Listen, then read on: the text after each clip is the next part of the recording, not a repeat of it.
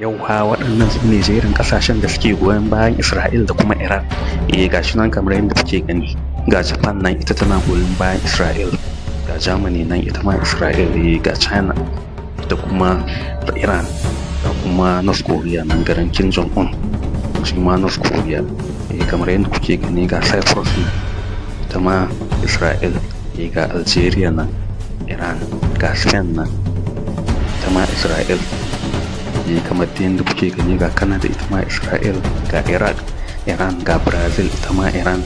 ga Cuba Iran, ga Egypt Isra'il, yau ga Indonesia Iran, ga Qatar ita ma dai Iran din take goyon baya, yau ga Saudi Arabia nan ita ma Iran take goyon baya, yauwa ga America nan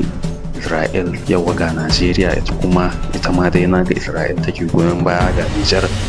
tana goyon bayan Iran, ga Oman tana goyon bayan Iran,